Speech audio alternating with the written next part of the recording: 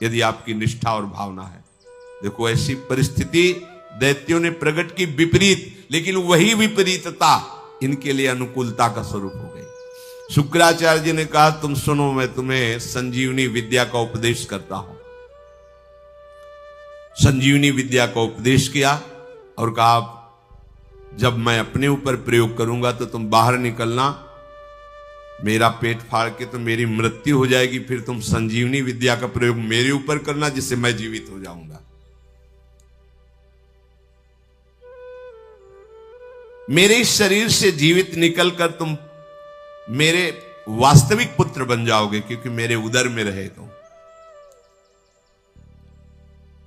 गुरु से विद्या प्राप्त करके सामर्थ्यशाली होने पर भी शिष्य को सदैव गुरु के प्रति दोष दृष्टि से रहित धर्मयुक्त दासता का भाव ही रखना चाहिए। तो भगवान शुक्राचार्य से संजीवनी विद्या प्राप्त करके उन्होंने कहा प्रभु मेरी स्मरण में आ गई संजीवनी विद्या। जे ही प्रयोग किया संजीवनी, शुक्राचार्य जी का पेट फटा और कच्छ बाहर निकले। बड़ा ही तेजस्वी स्वरूप संजीवनी विद्या प्राप्त करने के बाद और हो गया कच्छ का, मानो मूर्तिमान वेद रूप धारण करके आ गए हो। शुक्राचार्य गुरुदेव को भूमि में मृत पड़ा देख करके उन्होंने अपनी गुरु विद्या संजीवनी का प्रयोग किया। जे ही प्रयोग किया ते ही उठ खड़े हुए भगवान शुक्राचार्य, साष्टांग प्रणाम किया। गुरुदेव मैं विद्या से शून्य था, उस दशा में आपने मेरा पालन पोषण किया और अत्यंत दुर्लभ मृत संजीवनी विद्या दी, जो अमृत धारा है। कोई भी महात्मा ऐसा कैसे हो सकता है कि अपने ऐसे उपकार करने वाले गुरुदेव को कभी भी दुखी कर सके। आप ही मेरे मां हो, आप ही मेरे पिता हो। हे गुरुदेव, हम जिस कार्य के लिए आए थे वो कार्य पूर्ण हुआ, पर मैं सदैव आपका हूं, आपका दास हूं। जब जैसी आज्ञा आप हमें जरूर दीजिएगा। गुरु की कृपा के बिना कोई भी विद्या सिद्ध नहीं होती। जो गुरुदेव से विद्या प्राप्त करके गुरुदेव की अवहेलना कर देता है, उसे प्रतिष्ठा रहित पाप पूर्ण नरकों की प्राप्ति होती है।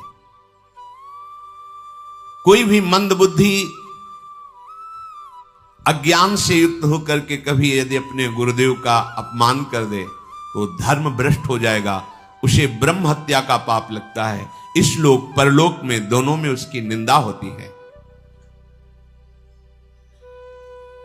तपस्या की निधियों की निधि अप्रमेय शक्तिशाली महानुभाव शुक्राचार्य जी ऐसी बात सुनकर बहुत प्रसन्न हुए, गुरु निष्ठा देख करके। कच्छ ने देवताओं का कार्य सिद्ध कर दिया, संजीवनी विद्या उन्हें प्राप्त हो गई,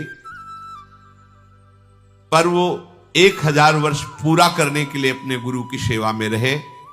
फिर प्रणाम किया और कहा अब मुझे अपने घर जाने की अनुमति दीजिए।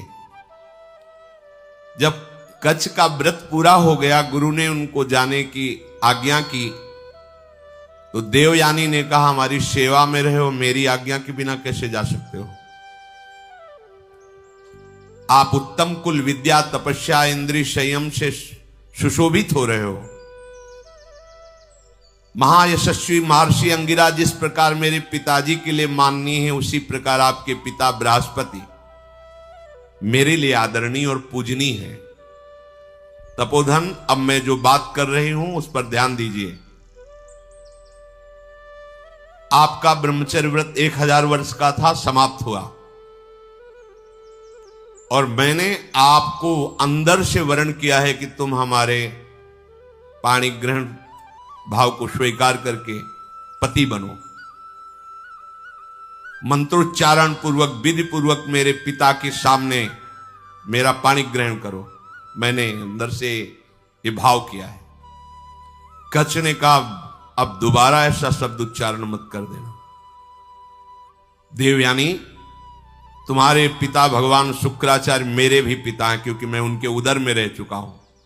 क्या कभी भाई अपनी बहन के प्रति ऐसा भाव कर सकता है? तुम हमारी परम पूजनीया हो, ऐसे शब्द उच्चारण मत करना। वैसे गुरुपुत्री हो, और ऐसे भी मैं शुक्राचार्य के उदर में रह चुका हूं। महात्मा भार्गव को तुम प्राणों से भी अधिक प्यारी हो। गुरुपुत्री होने के कारण मेरी परम पूजनीय बहन हो तुम। ऐसे शब्द उच्चारण मत करो। देवयानी, जैसे मेरे गुरुदेव तुम्हारे पिता शुक्राचार्य सदा मेरे माननीय है, बिल्कुल उसी तरह मैं गुरुदेव की तरह तुम्हारा सम्मान करता हूं, तुम्हारी आज्ञा में रहा हूं। ऐसी बात मैं सुनना भी नहीं चाहता। देवयानी ने कहा, मैं आपका सम्मान करती हूं, आपकी भावना का, लेकिन जब से आप आए हैं और आज तक मैंने आपकी प्राणों की रक्षा की। मेरे ही कारण आप जीवित हो, मेरे ही कारण तुम्हें संजीवनी विद्या मिली। मैं हठ ना करती, तुम हमारे पिता के हाथों में ही पच जाते। इसलिए तुम्हारा जीवन मेरा दिया हुआ जीवन है। इसलिए सौहार्द के साथ मैं कहती हूं कि मैं उत्तम भक्ति के द्वारा तुम्हारी आराधना करूंगी। तुम धर्म के ज्ञाता हो, मेरे प्रति ऐसा भाव त्याग दो और मेरा पाणी ग्रहण स्वीकार करो। कच्छ ने कहा, उत्तम व्रत का आचरण करने वाली देवयानी, मैं तुम्हारी इस आज्ञा का कदापि पालन नहीं कर सकता। तुम्हें प्रसन्न होना चाहिए मेरे ऊपर। मैं तुम्हें गुरु से भी बढ़कर पूज्य दृष्टि से सदैव देखा हूं। मेरे हृदय में कभी तुम्हारे प्रति ऐसा भाव नहीं आया।